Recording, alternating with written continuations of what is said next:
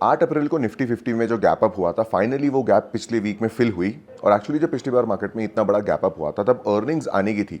तो अब जब मार्केट सेम लेवल पे आया है तो अर्निंग्स भी आ चुकी है, मार्केट सेम लेवल पे भी है और प्राइस एक्शन अब सेंस भी बना रहा है। बेसिकली अगर आपने मेरे प्रीवियस वीडियोस देखे तो आपको पता ही होगा कि मैं कैसे बोलता हूँ कि gaps are not sustainable, and जब वो गैप फिल हो जाती है तब प्राइस एक्शन बहुत आइडियली काम करता है। तो आज की इस वीकली एनालिसिस वीडियो में मैं आपको इस गैप के बारे में और इन्फॉर्मेशन दूंगा और दिखाऊंगा कैसे वो गैप फिल हुई है एंड कैसे we were actually able to trade this gap as well. अब इसके अलावा पिछला वीक मार्केट के लिए फिर भी थोड़ा नेगेटिव साइड पे ही रहा है, क्योंकि ऑफकोर्स गैप फिल हुई है, मार्केट तो नीचे गया होगा।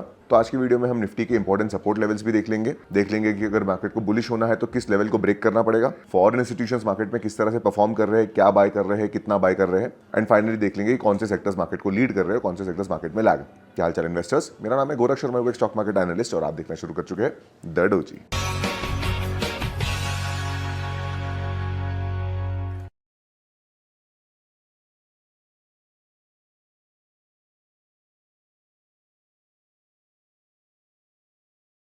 तो स्क्रीन पे आप जो मेरे चार्ट देख रही है 30 मिनट टाइम फ्रेम पे निफ्टी 50 का चार्ट, ये देखिए, ये हमने गैप एक प्लॉट करके रखी थी। अगर आप इस सीरीज को पहले से ट्रैक कर रहे हो तो आपको पता ही होगा कि हम ऐसे लेवल्स पे एक वीक पहले ही मार्क करके रख लेते हैं। तो ये लेवल मैंने पिछले वीक मार्क किया था, जहाँ पे मैंने कहा था 23,158 का जो लेवल है वो एक गैप का लेवल था, जहाँ मार्केट को यहाँ पे टच करना पड़ेगा। मार्केट ने जैसे यहाँ पे टच किया, आप देख सकते हो कि एक रिकवरी भी देखने मिली।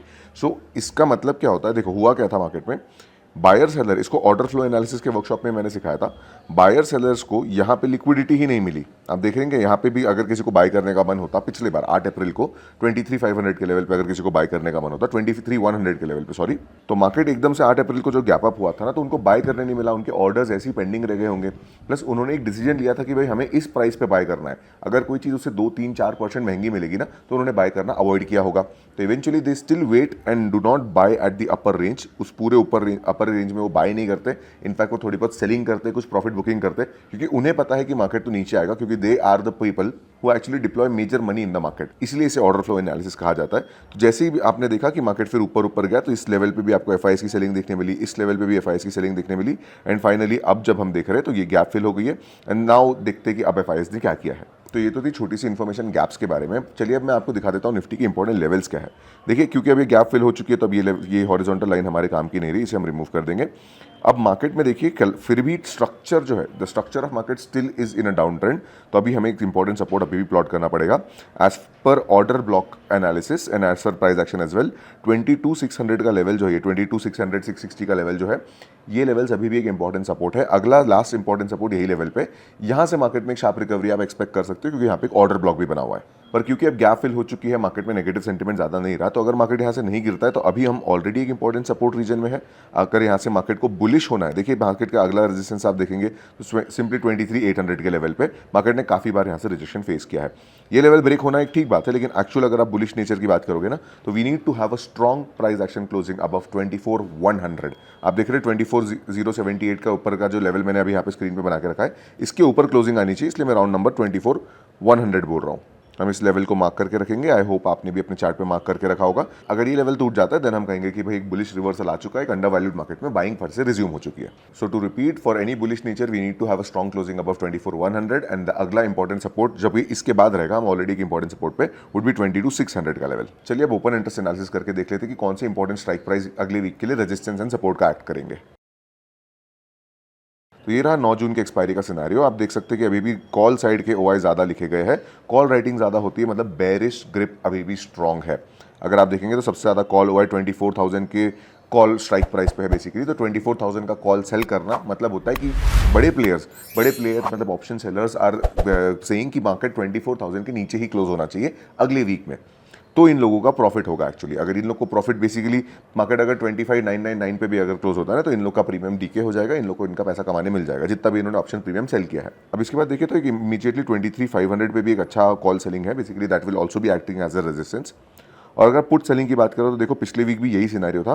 पुट के बार्स बहुत स्ट्रॉन्ग नहीं है, बहुत हाइट उनकी ज़्यादा नहीं है। देखो जितनी ज़्यादा हाइट होती है ना बार्स की, देखिए ये टॉलर बार है, तो ये आपको नंबर ऑफ ओआई दिखाता है, basically number of option lot sold दिखाता है। तो पुट सेलिंग अभी भी बहुत स्ट्रॉन्ग नहीं है, मतलब मार्केट का सेंटीमेंट अभी भी बेरिश टू साइडवेज ही है। चलिए अब देख लेते हैं कि फॉरेन इंस्टीट्यूशन ने फ्यूचर इंडेक्स पे कैसी पोजीशन बनाई है।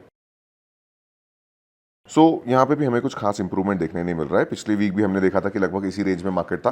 बेसिकली फ्यूचर इंडेक्स पे लॉन्ग पोजीशंस उनकी अभी भी नहीं है, सिर्फ 8% लॉन्ग पोजीशन है, मतलब 92% they are sitting short on Nifty future index. ये सिनेरियो बहुत समय से चलता आ रहा है। इस पूरे एक साल से, जब से मैं सीरीज, इनफैक्ट एक साल से ज़्यादा हो गया मुझे सीरीज बनाते हुए, एक भी समय पे एफआईआई का बुलिश ओआई डेटा 30% के ऊपर टॉपल नहीं किया है। आप इसलिए समझिए कि डेटा को ट्रैक करना इतना ज़रूरी क्यों है। बुल मार्केट कब आएगा, शॉपी मार्केट कब रहेगा, ये सब डेटा आपको बताता है। अगर आप सिर्फ न्यूज़ देखते रह जाओगे तो आपको लगेगा कि भाई अभी आ रही है ना बेरिश मार्केट, कभी मार्केट में रिज्यूम करेगा ही नहीं बुल मार्केट। बट मार्केट को बुलिश रिज्यूम करने के लिए open interest, cash OI data and cash market में बाइंग आना, ये सारी चीज़ें मार्केट के स्ट्रक्चरल इंटीग्रिटी का पार्ट होता है। मतलब देखो, अगर कोई कंपनी की अर्निंग्स अच्छी आ रही हो ना तो शेयर प्राइस बढ़ेगा, इसकी कोई गारंटी नहीं है। पर अगर कोई बकवास कंपनी भी हो लेकिन उसमें बायर ज़्यादा आ गए, डिमांड सप्लाई राइट, बायर ज़्यादा आ गए तो स्टॉक ऊपर जाएगा ही।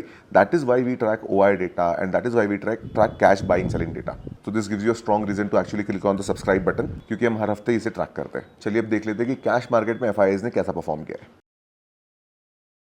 सो पिछले वीक का डेटा भी देखेंगे तो एफआईआईज आर अभी भी नेट सेलर्स। पिछले हफ्ते के एंड पे आपको देखने मिला होगा एमएससीआई रीबैलेंसिंग के चल के 21,000 करोड़ की सेलिंग हुई थी।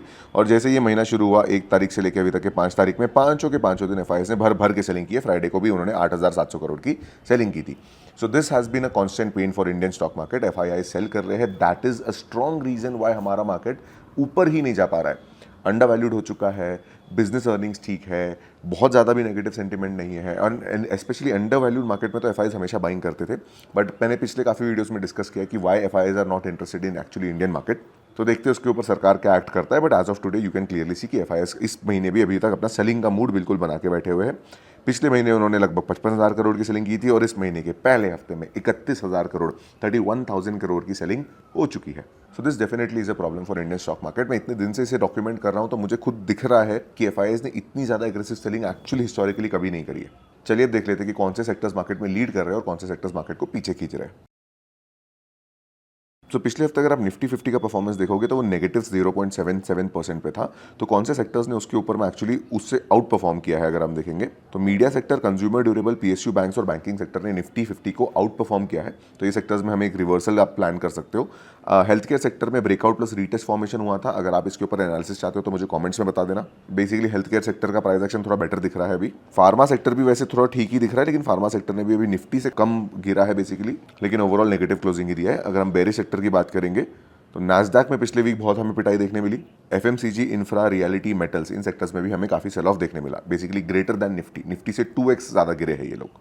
तो अगर हम एक्चुअली बुलिश सेक्टर की बात करें तो अभी हमारे पास में क्लियर विजन सिर्फ और सिर्फ हेल्थ केयर सेक्टर पे है। इसके अलावा प्राइवेट बैंकिंग सेक्टर और बैंक निफ्टी में भी एक्चुअली गैप फिल हुई है। तो उन सेक्टर्स को भी अंडर वैल्यूड इन्वेस्टिंग या लॉन्ग टर्म इन्वेस्टिंग के लिए कंसिडर किया जा सकता है। So to summarise this weekly analysis video, market अभी अंडर वैल्यूड कैटेगरी में है। स्ट्रक्चर में एक अच्छा पॉजिटिव चेंज आया है कि भाई गैप फिल हो गई है। अब 22,600 के लेवल पे एक अनटैप्ड ऑर्डर ब्लॉक तो है, तो that will act as a very important support and followed by 24,100 के ऊपर एक बुलिश रिवर्सल। आई होप आपने इन इंपॉर्टेंट लेवल को अपने भी चार्ट पे प्लॉट कर लिया होगा, अपने डीमैट एप्लीकेशन पे इसका एक अलर्ट भी लगा लिया होगा। And that's it from this video. अगर ये वीडियो पसंद आया तो लाइक करना, यहाँ तक देखा है तो सब्सक्राइब करना मत भूलना। And I will see you in the next one.